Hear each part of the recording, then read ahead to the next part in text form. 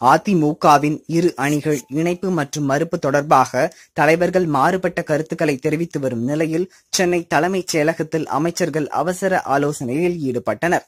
இதனை அடுத்து அமைச்சர்கள் முதலமைச்சர் எடப்பாடி பழனிசாமியின் வீட்டில் ஆலோசனையில் ஈடுபட்டனர்.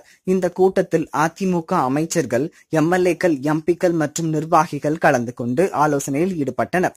ஆலோசனை கூட்டத்தை முடிந்தவுடன் அமைச்சர் ஜெயக்குமார் செய்தியாளர்களிடம் பேசுகையில், ஜெயலலிதா வழிநடத்திய கட்சியையும் அவரது பொற்கால ஆட்சியையும் வருகிற 4 வருடங்கள் மட்டுமல்ல, ஆண்டாண்டு காலமும் தமிழகத்தில் தொடர்வதற்கு உரிய நடவடிக்கைகள் உடனடியாக மேற்கொள்ள வேண்டும் என்ற அடிப்படையில் அமைச்சர்கள், எம்எல்ஏக்கள், எம்பிக்கள் மற்றும் மாநில மாவட்ட நிர்வாகிகள் என அனைவருமே கூடி ஒருமித்த ஒரு ஒட்டுமொத்த கருத்தை முடிவு செய்திருக்கிறோம். அது என்னவென்றால், அதிமுகவின் 1.5 கோடி தொண்டர்களின் விருப்பமும் தமிழக மக்களின் விருப்பமும் கட்சியும் ஆட்சியும் ஒரு குடும்பத்தின் தலையீடு இல்லாமல் நேரடியாக சொல்ல வேண்டும் என்றால் டிடிவி தினகரனை சார்ந்த குடும்பத்தை முழுமையான அளவு ஒதுக்கிவிட்டு கட்சியையும் ஆட்சியையும் வழிநடத்துங்கள் என்பதுதான் ஒட்டுமொத்த தொண்டர்களின், தமிழக மக்களின் விருப்பம். இதுதான் எம்எல்ஏக்கள், எம்பிக்கள் மற்றும் அமைச்சர்களின் விருப்பமும் கூட.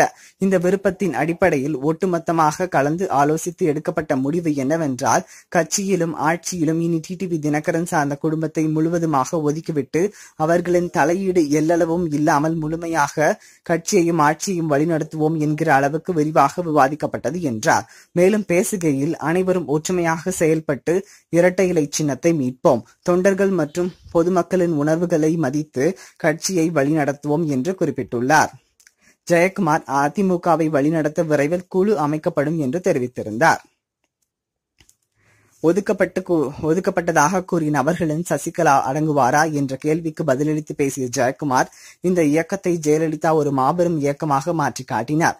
இந்த சூழ்நிலையை பொறுத்தவரை கட்சி வழிநடத்துவதற்கு, காப்பாற்றுவதற்கு ஒரு குழு அமைக்கப்படும். அந்த குழு பற்றி விரைவில் அறிவிக்கப்படும் என்றார். பிற கேள்விகளுக்கு பதிலளித்து பேசினார். ஓ பன்னீர்செல்வம் பேச்சுவார்த்தைக்கு தயார் என்று கூறினார். நாங்களும் தயார் என்று கூறினோம். நாளைக்கே அவர் வந்தால் கூட பேச்சுவார்த்தை நடத்த நாங்கள் தயாராகவே இருக்கிறோம். அவரது கருத்தை வரவேற்கிறோம் என்று இன்றைக்கும் சொல்கிறோம், என்றைக்கும் சொல்வோம் என கூறியுள்ளார் ஜெயக்குமார். இதுபோன்ற செய்திகளை உடனுக்குடன் அறிய டாப் நியூஸ் சேனலை சப்ஸ்கிரைப் செய்யுங்கள். நன்றி, வணக்கம்.